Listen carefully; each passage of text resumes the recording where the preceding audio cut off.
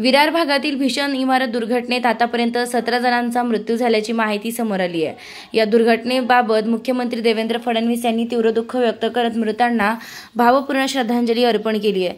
मुख्यमंत्री म्हणाले की या सर्व कुटुंबियांच्या दुःखात आम्ही सहभागी आहोत। तसंच मृतांच्या वारसांना प्रत्येकी 5 लाख रुपयांची मदत जाहीर केली आहे। गेल्या 48 तासांपासून एनडीआरएफचं पथक बचाव कार्य करत आहे। आतापर्यंत 9 जणांना सुरक्षित वाचवण्यात यश आलंय। बचाव कार्य अद्याप सुरू असून पुढील काही तासात ते पूर्ण होईल अशी माहिती अधिकाऱ्यांनी दिली आहे।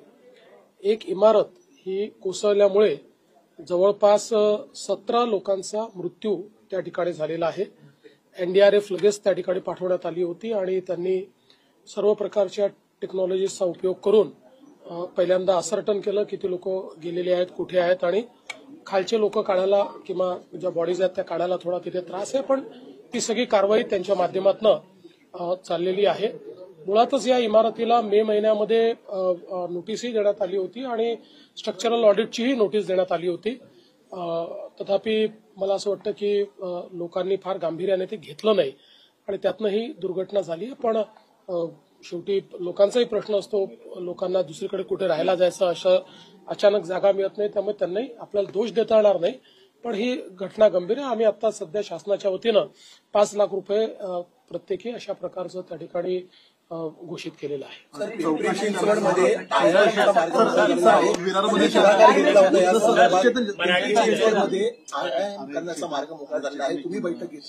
नाही, असं आहे की आपल्याकडे जे आयएम आहेत, स्पेशली जसं आयएम नागपूर आहे, तर आता देशातल्या अशा ज्या संस्था आहेत त्यांनी इतरत्रही शाखा काढावी अशी अपेक्षा आहे आणि त्या दृष्टीने आयएम नागपूरने पिंपरी चिंचवडमध्ये, पुण्यामध्ये शाखा काढण्याचं किंवा आयएम सेटअप करण्याचा एक प्रस्ताव दिला होता। आता त्यातले हळूहळू सगळे मार्ग मोकळे होत आहेत आणि लवकरच त्या ठिकाणी ते कॅम्पस आपल्याला पाहायला मिळेल। विरार को लेकर एक सवाल है क्योंकि आपने जो अनाउंस किया वो है, लेकिन वहाँ पर बहुत, मैं चुके वहाँ पर थे हम लोग, बहुत सारी बिल्डिंग है, इलीगल है, वहाँ पे लोग जिस दिशा में रह रहे हैं, बहुत बड़ा कंसर्न है सर। बिल्कुल कंसर्न की बात है। देखिए, वहाँ पर इलीगल बिल्डिंग्स भी है, डायलापिलेटेड बिल्डिंग्स भी है।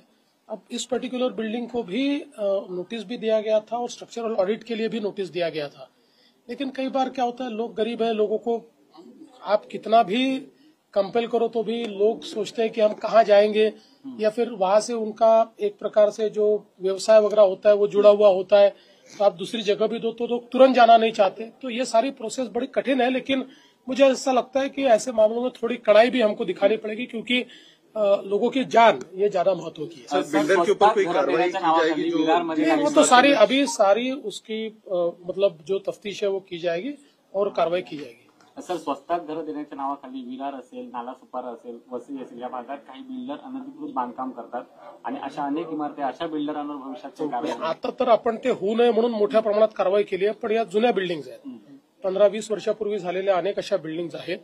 आता त्याला रेग्युलराइज कसं करता येईल, त्याचं स्ट्रक्चरल ऑडिट कसं करता येईल, असं वेळोवेळी आपण करतो। मी आता महानगरपालिकेला पुन्हा सूचना दिलेल्या आहेत की त्यांनी तात्काळ अशा प्रकारच्या सगळ्या बिल्डिंगचं स्ट्रक्चरल ऑडिट सुरू करावं। महापालिका जर पाहिला असेल, त्याच्या कारभारावर सातत्याने प्रश्नचिन्ह उपस्थित केले जात होते, तुम्ही काही वेगळी याची चौकशी लावणार आहात का? निश्चितपणे चौकशी करूच। आपल्याला माहिती आहे की आम्ही वसई विरारच्या संदर्भात अतिशय कडक भूमिका घेतलेली आहे आणि आता तर ईडीने देखील जी कारवाई केली आहे ते आपल्या सर्वांसमोर आहे। एक प्रकारे या शहराला पूर्णपणे त्या ठिकाणी समाप्त करण्याचं, म्हणजे तिथलं इन्फ्रास्ट्रक्चर खराब करणे, प्रचंड बोकालेला भ्रष्टाचार, अशा सगळ्या गोष्टींनी हे शहर ग्रसित आहे। त्यामुळे त्यातनं आता त्याला बाहेर काढायचा प्रयत्न आम्ही करतो। राज ठाकरेंच्या घरी पहिल्यांदा काल उद्धव ठाकरे गेले होते गणपती दर्शनाला। चांगली गोष्ट आहे, मला फार आनंद झाला ते गेले। सर,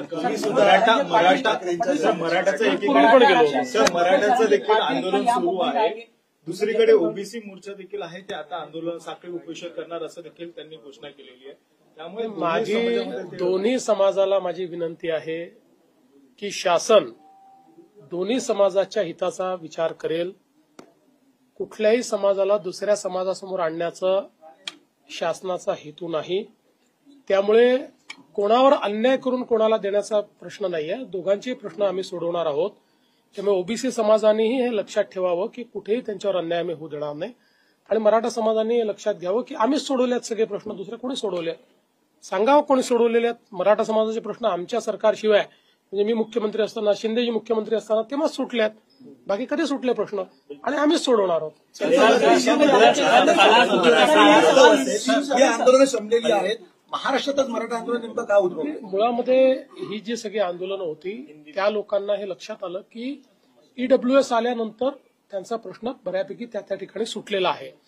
आपल्याकडे कदाचित ती ईडब्ल्यूएसची मानसिकता तयार झाली नाही आणि त्याच्यामुळे काही प्रश्न कॉम्प्लिकेटेड आहेत. पण आता आपण तोही प्रश्न सोडवलेला, आपण आरक्षण दिलेलंच आहे आणि कोर्टात अजूनही ते टिकलेलं आहे. राहुल गांधी आरक्षण का जो मुद्दा हो रहा है, आपको न्याय की लड़ाई से ज्यादा ये शक्ति प्रदर्शन ज्यादा लग रहा है अननेसेसरी का, क्योंकि जिन परिप्रेक्ष्य में हो रहा है उसको ध्यान में त्योहार है। देखिए, हमारा बहुत सीधा और साफ कहना है, लोकतंत्र में सभी को अपने अपने व्यूज रखने का अधिकार है, आंदोलन करने का भी अधिकार है. कोई भी आंदोलन जब तक डेमोक्रेटिक है, लोकतांत्रिक है, हमको उससे कोई शिकवा गिला नहीं है.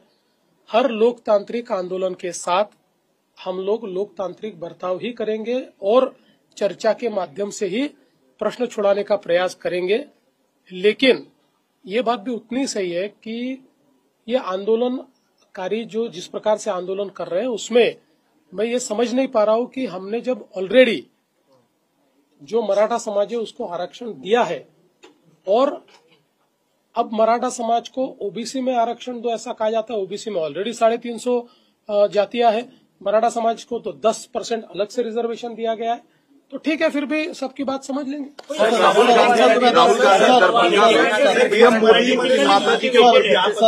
ओबीसी मध्ये बऱ्याच जाती आहेत आणि त्याच्यानंतर देखील मराठा पुन्हा एकदा ओबीसी मध्ये समाविष्ट करून घेण्यासाठी असं आहे. पहिल्यांदा तर मी सांगतो की आमची पहिल्या दिवशीपासून भूमिका आहे, लोकशाहीमध्ये सगळ्यांना आपली मतं ठेवण्याचा अधिकार आहे, लोकशाहीमध्ये आंदोलन करण्याचा अधिकार आहे. लोकतांत्रिक पद्धतीनं जेवढी आंदोलनं होतील त्याला आमची ना नाही, त्याला आम्ही सामोरं जाऊ, आवश्यक तेवढी चर्चा करू, लोकशाहीच्या चौकटीत त्याच्यावर काय जे काही उपाय करता येतील ते उपाय आम्ही करू. एवढीच माझी अपेक्षा आहे की कुठलंही आंदोलन हे लोकशाहीच्या चौकटीबाहेर जाऊ नये. इथे तर माननीय उच्च न्यायालयाने चौकट आखून दिली आहे, त्यामुळे आता याची चौकट ही आमच्याही हातात नाही, ती उच्च न्यायालयाच्या हातात आहे. उच्च न्यायालयाने त्या संदर्भात काही नियम निकष तयार केले, त्या नियम निकषानुसार जर त्या ठिकाणी आंदोलन झालं तर आम्हाला काही अडचण नाही. राहुल गांधी जो है प्रधानमंत्री नरेंद्र मोदी की माता जी के ऊपर विवादित टिप्पणी की है, दरभंगा में उनके खिलाफ शिकायत हुई है पुलिस स्टेशन में, क्या कहें?